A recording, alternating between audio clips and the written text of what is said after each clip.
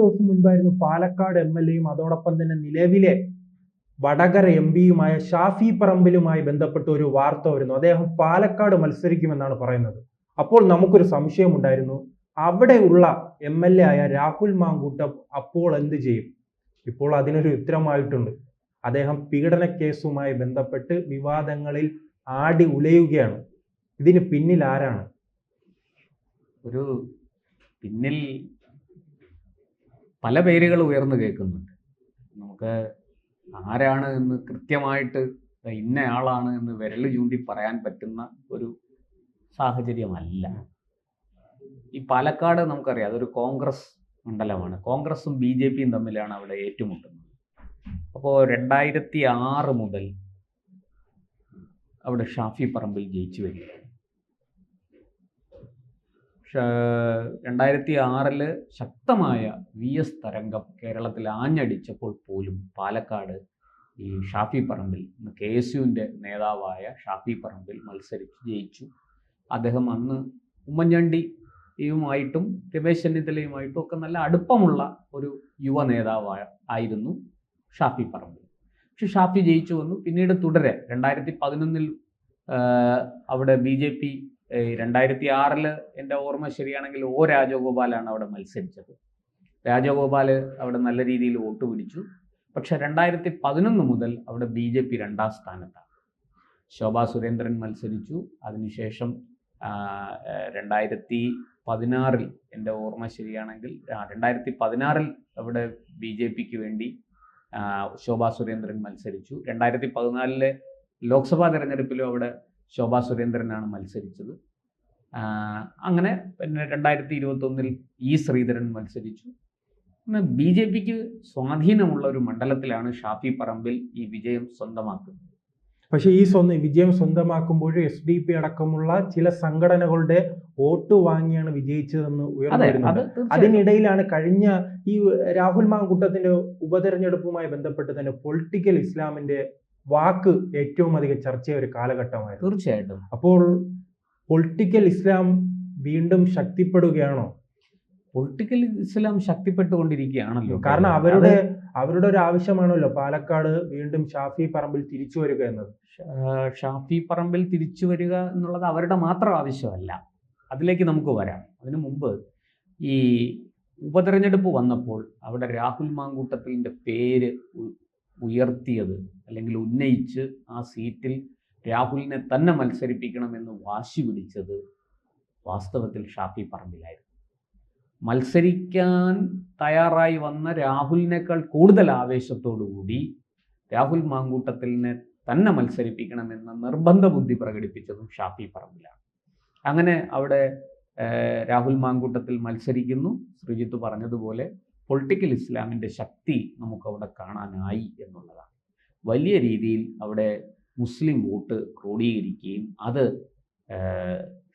ഈ പറഞ്ഞതുപോലെ രാഹുൽ മാങ്കൂട്ടത്തിൽ ലഭിക്കുകയും ചെയ്തു. നേരത്തെ അത് ഷാഫിക്ക് ലഭിച്ചിരുന്ന വോട്ടാണ്. അത് ഷാഫി കൃത്യമായിട്ടും ഷാഫി തന്നെ അവിടെ പ്രവർത്തനങ്ങൾക്ക് നേതൃത്വം നൽകി ആ വോട്ടുകൾ മുഴുവനും തെരഞ്ഞെടുപ്പിലെ ദൃശ്യങ്ങൾ പരിശോധിച്ചാൽ മനസ്സിലാകും രാഹുൽ മാങ്കൂട്ടമാണോ അവിടുത്തെ സ്ഥാനാർത്ഥി, ഷാഫി പറമ്പിലാണോ? അല്ല, അവിടെ ശരിക്കും പറഞ്ഞാൽ ഷാഫി പറമ്പിലിൻ്റെ ഒരു ഇമേജ് ആയിട്ട്, ഒരു പ്രതിബിംബമായിട്ട് രാഹുൽ മത്സരിച്ചു എന്നേ ഉള്ളൂ. അവിടെ കാര്യങ്ങൾ മുഴുവനും നിയന്ത്രിച്ചത്, തീരുമാനിച്ചത്, നടപ്പാക്കിയതൊക്കെ ഷാഫി പറമ്പിലിൻ്റെ നേതൃത്വത്തിലാണ്. ഷാഫി പറമ്പിൽ തന്നെയാണ്. അത് നമ്മൾ 2019 തെരഞ്ഞെടുപ്പിൽ നമ്മൾ കണ്ടതാണ്. പാലക്കാട് ജില്ല മുഴുവനായിട്ടും, അതായത് ശ്രീകണ്ഠൻ അവിടെ മത്സരിച്ച് ജയിക്കുന്നു MP രാജേഷിനെതിരെ. അന്ന് ആ തെരഞ്ഞെടുപ്പ് പ്രവർത്തനങ്ങൾ മുഴുവനും ഏകോപിപ്പിച്ചത് ഷാഫി പറമ്പിലാണ്. അതുപോലെ തന്നെ ഇപ്പുറത്ത് ആലത്തൂരിൽ നേരിട്ട് ഷാഫി പറമ്പിലിനായിരുന്നു ചുമതല. ഷാഫി പറമ്പിൽ ആണ് ആ പെങ്ങളൂട്ടി എന്ന പ്രയോഗം കൊണ്ടുവന്നത്. നമ്മുടെ ഈ രമ്യ ഹരിദാസിന് നേരെ CPM-ന്റെ പോളിറ്റ് ബ്യൂറോ അംഗം കൂടിയായിട്ടുള്ള വിജയരാഘവൻ ഒരു ആക്ഷേപം ഉന്നയിച്ചു. അവർ പണക്കാട് പോയി മുസ്ലിം ലീഗ് നേതാക്കളെ കണ്ടു, അതുപോലെ പണക്കാട് തങ്ങളെ കണ്ടു, PK കുഞ്ഞാലിക്കുട്ടിയെ കണ്ടു. PK കുഞ്ഞാലിക്കുട്ടിയെ കണ്ടപ്പോൾ അതൊരു വലിയ ആക്ഷേപം വിജയരാഘവൻ ഉയർത്തി. പിന്നെ എന്താ പറയേണ്ടത്, വളരെ മോശപ്പെട്ട, ഞാനത് ആവർത്തിക്കുന്നില്ല, വളരെ മോശപ്പെട്ട രീതിയിൽ ദ്വയാർത്ഥം വെച്ചുകൊണ്ട് ചില കാര്യങ്ങളൊക്കെ പറഞ്ഞു. അന്ന് കോൺഗ്രസ് അതിനെ വലിയ രീതിയിൽ പ്രചരിപ്പിച്ചുകൊണ്ട് രംഗത്ത് വരികയും ഒരു ഇരവാദം മുഴക്കിക്കൊണ്ട് രംഗത്ത് വരികയൊക്കെ ചെയ്തു. അന്നാണ് ഈ പെങ്ങളൂട്ടി എന്ന പ്രയോഗം ഷാഫി പറമ്പിൽ അവിടെ നടത്തുന്നത്. ആലത്തൂരിൽ CPM-ന്റെ കുത്തക മണ്ഡലമായിരുന്ന, CPM-ന്റെ കോട്ടയായിരുന്ന ആലത്തൂർ രമ്യ ഹരിദാസ് പിടിച്ചെടുത്തത് അങ്ങനെയാണ്. രമ്യ ഹരിദാസ് അവിടെ നല്ല ഭൂരിപക്ഷത്തിന് വിജയിച്ചു, PK ബിജുവിനെ തോൽപ്പിച്ചു. PK ബിജു CPM-ന്റെ മുഖ്യമന്ത്രി പിണറായി വിജയൻ്റെ ഒക്കെ വളരെ വേണ്ടപ്പെട്ട PK ബിജു അവിടെ തോറ്റ കാഴ്ച നമ്മൾ കണ്ടു. ഇരിക്കട്ടെ, 2019 ആണത് സംഭവിച്ചത്. പക്ഷേ ആ പാലക്കാടും സമീപ പ്രദേശങ്ങളിലും ഷാഫി പറമ്പിലിനും വലിയ സ്വാധീനമുണ്ട് എന്നുള്ള കാര്യം സത്യമാണ്. അത് മാത്രമല്ല, മലബാർ ബെൽറ്റ്, മലബാറിൽ കോൺഗ്രസിന് നഷ്ടപ്പെട്ട, മുസ്ലിം ലീഗിൻ്റെ ഒരു എന്താ പറയുക കടന്നുകയറ്റം കൊണ്ട് കോൺഗ്രസിന് നഷ്ടപ്പെട്ട കുറേ, അവിടെ എന്താ പറയുക, കോൺഗ്രസിൻ്റെ വലിയ സ്വാധീനമുണ്ടായിരുന്ന നിരവധി നിയമസഭാ മണ്ഡലങ്ങളുണ്ട്. അവിടെ എല്ലാം ഈ ലീഗിൻ്റെ ഒരു കടന്നുവരവോടുകൂടി കോൺഗ്രസ് പതുക്കെ പുറകിലേക്ക് പോവുകയും അവിടെ ലീഗ് ആയി തീരുകയും ചെയ്യുന്ന ഒരു പ്രവണത ഉണ്ടായിരുന്നു. അത് ഇപ്പോൾ മാറ്റിയെടുക്കാനാണ് ഈ ഷാഫി പറമ്പിലിൻ്റെ ശ്രമം. അതുകൊണ്ട് തന്നെ മഞ്ചേശ്വരം തൊട്ട് പാലക്കാട് വരെയുള്ള മണ്ഡലങ്ങളിൽ വളരെ കൃത്യമായിട്ട്, പാലക്കാട് തൃശ്ശൂരിൻ്റെ അതിർത്തി വരെ വളരെ ശക്തമായ പ്രവർത്തനം മലബാർ കോൺഗ്രസ് എന്നുള്ള രീതിയിൽ തന്നെ ഷാഫി പറമ്പിലിൻ്റെ നേതൃത്വത്തിൽ നടക്കുന്നുണ്ട്. അതിൻ്റെ ഭാഗമായിട്ട് അവിടെ കോൺഗ്രസിന് നഷ്ടപ്പെട്ടു പോയ പ്രതാപം ഒരു പരിധിവരെ തിരിച്ചു പിടിക്കാനും കോൺഗ്രസിന് സാധിച്ചിട്ടുണ്ട്.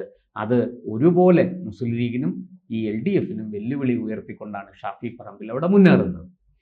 ഇനി രാഹുൽ മാങ്കൂട്ടത്തിൻ്റെ കാര്യത്തിലേക്ക് വന്നാൽ, ഏതാനും ദിവസങ്ങൾക്ക് മുമ്പ്, എനിക്ക് തോന്നുന്നു 2-3 ദിവസം മുമ്പാണ് ചില വാർത്തകൾ പുറത്തു വന്നത്.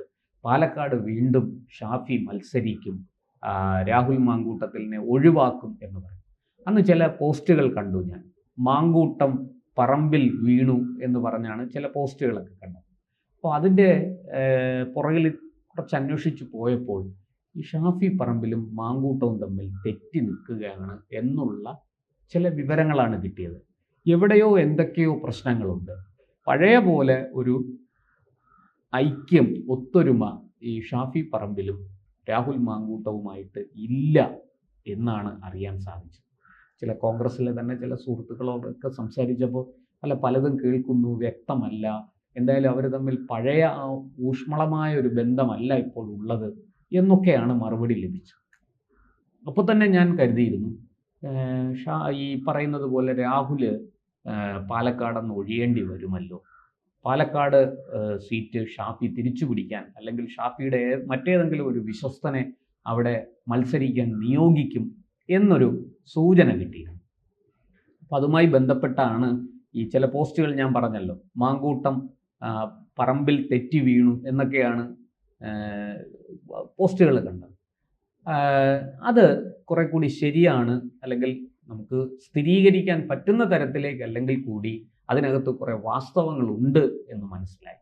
ഇപ്പോൾ അത് കുറെ കൂടി വ്യക്തമായിരിക്കുകയാണ്.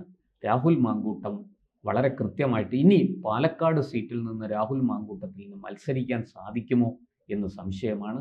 ഇപ്പോൾ തന്നെ ഇത് സംബന്ധിച്ച പരാതികളൊന്നും ഉയർന്നില്ലെങ്കിൽ തന്നെയും ഇത്രയും നാണം കെട്ട സ്ഥിതിക്ക് MLA സ്ഥാനവും രാജിവെക്കാനുള്ള സമ്മർദ്ദം രാഹുലിന് വർദ്ധിക്കും.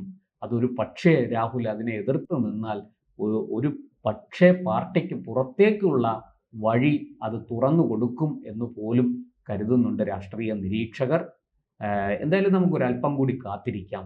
ഈ പറഞ്ഞതുപോലെ രാഹുൽ മാങ്കൂട്ടം MLA സ്ഥാനം കൂടി രാജിവെക്കുമോ എന്ന് നമുക്ക് നോക്കാം. എന്തായാലും രാജിവെക്കുകയാണെങ്കിൽ ഉറപ്പാണ് വരാൻ പോകുന്ന നിയമസഭാ തെരഞ്ഞെടുപ്പിൽ, ഇനിയിപ്പോൾ 6 മാസമല്ലേ ഉള്ളൂ, അതുകൊണ്ട് പ്രത്യേകിച്ച് ഒരു പുതിയ ഉപതെരഞ്ഞെടുപ്പ് നടത്തേണ്ട ആവശ്യം വരില്ല. മറ്റേ നിയമസഭാ തെരഞ്ഞെടുപ്പിൻ്റെ ഭാഗമായിട്ട് തന്നെ ഇത് നടക്കും.